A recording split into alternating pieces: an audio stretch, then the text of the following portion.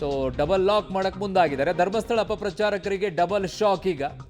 ಒಂದ್ ಕಡೆಗೆ ತಿಮ್ರೋಡಿ, ಇನ್ನೊಂದು ಕಡೆಗೆ ಸಮೀರ್. ಮಹೇಶ್ ಶೆಟ್ಟಿ ತಿಮ್ರೋಡಿ ಅರೆಸ್ಟ್ ಆಗಿದ್ದಾರೆ ಅನ್ನುವಂಥ ಮಾಹಿತಿ ಬರ್ತಾ ಇದೆ. ಇನ್ನೊಂದು ಕಡೆಗೆ ಸಮೀರ್ಗೆ ಅರೆಸ್ಟ್ ವಾರೆಂಟ್ ಅನ್ನ ಕೂಡ ಈಗ ಹೋಗಿಸಿದ್ದಾರೆ. ಕಾರಣ 3 ನೋಟಿಸ್ ಅನ್ನ ಕೊಟ್ಟ ನಂತರವೂ ಕೂಡ ಉತ್ತರ ಕೊಟ್ಟಿರಲಿಲ್ಲ. ಅಪಪ್ರಚಾರಕರಿಗೆ ಈಗ ಶುರುವಾಗಿದೆ ಟೆನ್ಷನ್. ಇನ್ನೂ ಇದ್ದಾರೆ, ಅವ್ರಿಗೂ ನೋಟಿಸ್ ಅನ್ನ ಕೊಡಿ.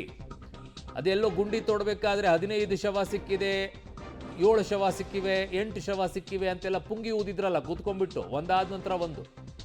ಜನರ ಪಾಪ ಭಾವನೆಗಳಿಗೆ ಧಕ್ಕೆ ಆಗೋ ರೀತಿಯಲ್ಲಿ, ಅವ್ರು ನಂಬೋ ರೀತಿಯಲ್ಲಿ ಹಬ್ಸಿದ್ರಲ್ಲ. ಒಂದೊಂದು ಗುಂಡಿಯಲ್ಲಿ 8 ಸಿಕ್ಕಿದೆ, 15 ಸಿಕ್ಕಿದೆ, 20 ಸಿಕ್ಕಿದೆ ಅಂತೆಲ್ಲ ಕತೆ ಬಿಟ್ಟಿದ್ರಲ್ಲ. ಆ ಬುರುಡೆ ಮ್ಯಾನ್ಗಳನ್ನು ಕೂಡ ಫಸ್ಟ್ ತಗೊಳ್ಳಿ. ನಿಮ್ಮ ಹತ್ರ ಇರುವಂಥ ಬುರುಡೆ ಮ್ಯಾನ್ ಇದಿರಲಿ, ಅವ್ನು ಗುಂಡಿ ಅಗಸೋದಾದ್ರೆ ಗುಂಡಿ ಅಗಸ್ತಾ ಇರಲಿ. ಆದರೆ ಇಲ್ಲಿ ಕೂತ್ಕೊಂಡ್ಬಿಟ್ಟು ಒಂದಿಷ್ಟು ಬುರುಡೆ ಬಿಟ್ಟಿದ್ರಲ್ಲ ಕೆಲವು ಜನ, ಅವರನ್ನು ಕರ್ಕೊಂಡು ಹೋಗಿ ಫಸ್ಟು, ಅವ್ರಿಗೂ ನೋಟಿಸ್ ಕೊಡಿ. ಅದು ಸುಳ್ಳಲ್ವಾ? SIT ತೆಗೆಸಿರುವಂಥ ಗುಂಡಿಗಳ ವಿಚಾರದಲ್ಲಿ ಸುಳ್ಳು ಹೇಳಿಬಿಟ್ಟು ಅಲ್ಲಿ ಅಷ್ಟು ಶವ ಸಿಕ್ಕಿದೆ, ಇಷ್ಟು ಮೂಳೆ ಸಿಕ್ಕಿವೆ ಅಂತ ತೋರಿಸ್ತಾ ಇದ್ರಲ್ಲ. ನನ್ನ ಸಹೋದ್ಯೋಗಿ ಸುಕ್ಪಾಲ್ ಇದ್ದಾರೆ ನನ್ನ ಸಂಪರ್ಕದಲ್ಲಿ. ಸುಕ್ಪಾಲ್, ಕೇವಲ ಇವರಿಬ್ಬರು ಅಷ್ಟೇ ಅಲ್ಲ, ಇವರು ಆರಂಭ ಮಾಡಿದಂಥವ್ರು, ಕಿಡಿ ಹತ್ತಿಸಿದಂಥವ್ರು. ಅದಾದ ನಂತರ ಈ ಕಿಡಿಗೆ ಸುಟ್ಟು ಭಸ್ಮ ನಾವು ಆಗೋಣ ಬನ್ನಿ ಅಂತ ಹೇಳ್ಬಿಟ್ಟು ಭಸ್ಮ ಆಗೋಕೆ ಹೊರಟಿದ್ರಲ್ಲ ಕೆಲವರು ಜನ.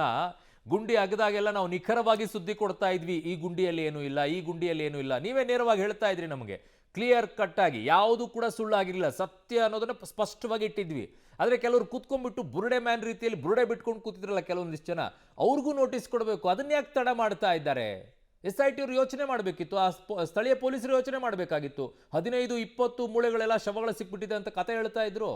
ಹೌದು ಅರುಣ್, ಈಗ ಉತ್ಖನನ ಆರಂಭ ಆದ ದಿನ ಪಾಯಿಂಟ್ ನಂಬರ್ 1 ಏನಿತ್ತು, ಅವತ್ತೇ ಉತ್ಖನನ ಆದಾಗ ನಾವೇನು ಸುಮಾರು ಒಂದು 8 ಅಡಿಗಳ ಆಳ ಹೋದಾಗಲೂ ನಾವು ಅದನ್ನು ಬಹಳಷ್ಟು ಗಮನದಲ್ಲಿ ಇಟ್ಕೊಂಡು ನೋಡ್ತಾ ಇದ್ವಿ. ಆ ಸಂದರ್ಭದಲ್ಲಿ ನಾವು ವರದಿಯನ್ನು ಮಾಡಿರುವಂಥದ್ದು ಯಾವುದೇ ರೀತಿಯಾದಂಥ ಮೂಳೆಗಳು ಪತ್ತೆ ಆಗಿಲ್ಲ ಅನ್ನುವಂಥದ್ದು. ಅದನ್ನು ಕಟ್ ಮಾಡಿ ನೀವು ಯೂಟ್ಯೂಬ್ ನೋಡಿದರೆ, ಯೂಟ್ಯೂಬಲ್ಲಿರುವಂಥದ್ದು 4-5 ಶವಗಳ ಅಸ್ಥಿಪಂಜರ ಸಂಪೂರ್ಣವಾಗಿ ಸಿಕ್ಕಿದೆ ಅನ್ನುವಂಥದ್ದು ಸಾಕಷ್ಟು ಯೂಟ್ಯೂಬ್ಗಳಲ್ಲಿ ಹೋಗ್ತಾ ಇರುವಂಥ ಸುದ್ದಿಗಳು.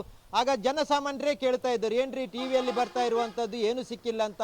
ಯೂಟ್ಯೂಬ್ನವರು 4-5 ಬಾಡಿಗಳು ಸಿಕ್ಕಿದೆ, ಅಸ್ಥಿಪಂಜರ ಸಿಕ್ಕಿದೆ ಅನ್ನುವಂಥದ್ದನ್ನು ಹಾಕ್ತಾ ಇದ್ದೀರಾ ಅನ್ನುವಂಥ ಪ್ರಶ್ನೆಗಳನ್ನು ಜನಸಾಮಾನ್ಯರು ಕೇಳಲಿಕ್ಕೆ ಆರಂಭ ಮಾಡಿದ್ರು. ಅಂದರೆ ಯೂಟ್ಯೂಬ್ನವರು ಏನು ಹೇಳ್ತಾ ಇದ್ರು ಇದನ್ನು ಗಮನದಲ್ಲಿ ಇಟ್ಕೊಳ್ಬೇಕಿತ್ತು ಪೊಲೀಸರು.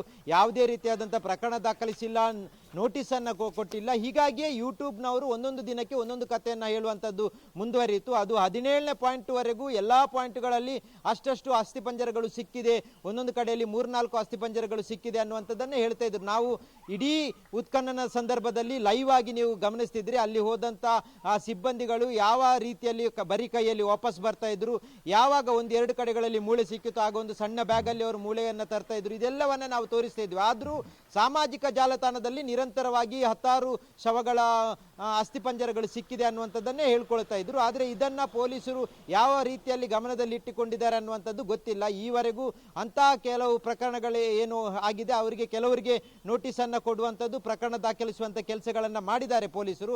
ಆದರೆ ಈವರೆಗೂ ಅಂಥವರನ್ನು ವಶಕ್ಕೆ ಪಡೆದು ವಿಚಾರಣೆ ಮಾಡುವಂಥದ್ದು, ಠಾಣೆಗೆ ಕರೆದು ವಿಚಾರಣೆ ಮಾಡುವಂಥ ಕೆಲಸಗಳಾಗಿಲ್ಲ. ಅದು ಮುಂದೆ ಆಗಬಹುದು. ಈಗ ಆರಂಭದಲ್ಲಿ ಆರಂಭಿಸಿರುವಂಥ ಯಾರಿದ್ದಾರೆ, ಅವಹೇಳನ ಮಾಡುವಂಥ ತಿಮರೋಡಿ ಆಗಿರ್ಬೋದು, ಈಗ MD ಸಮೀರ್ ಆಗಿರ್ಬೋದು, ಇದನ್ನು ಈಗ ಆರಂಭಿಸಿದ್ದಾರೆ. ಮುಂದಿನ ದಿನಗಳಲ್ಲಿ ಇಂಥ ಯೂಟ್ಯೂಬರ್ಗಳಿಗೂ ವಶಕ್ಕೆ ಪಡೆಯುವಂಥದ್ದು ಅಥವಾ ಅವರನ್ನು ಕರೆದು ವಿಚಾರಣೆ ಮಾಡುವಂಥ ಕೆಲಸಗಳಿಗೆ ತಡವಾಗಿ ಆದರೂ ಪೊಲೀಸರು ಮುಂದಾಗ್ತಾರೆ ಅರುಣ್.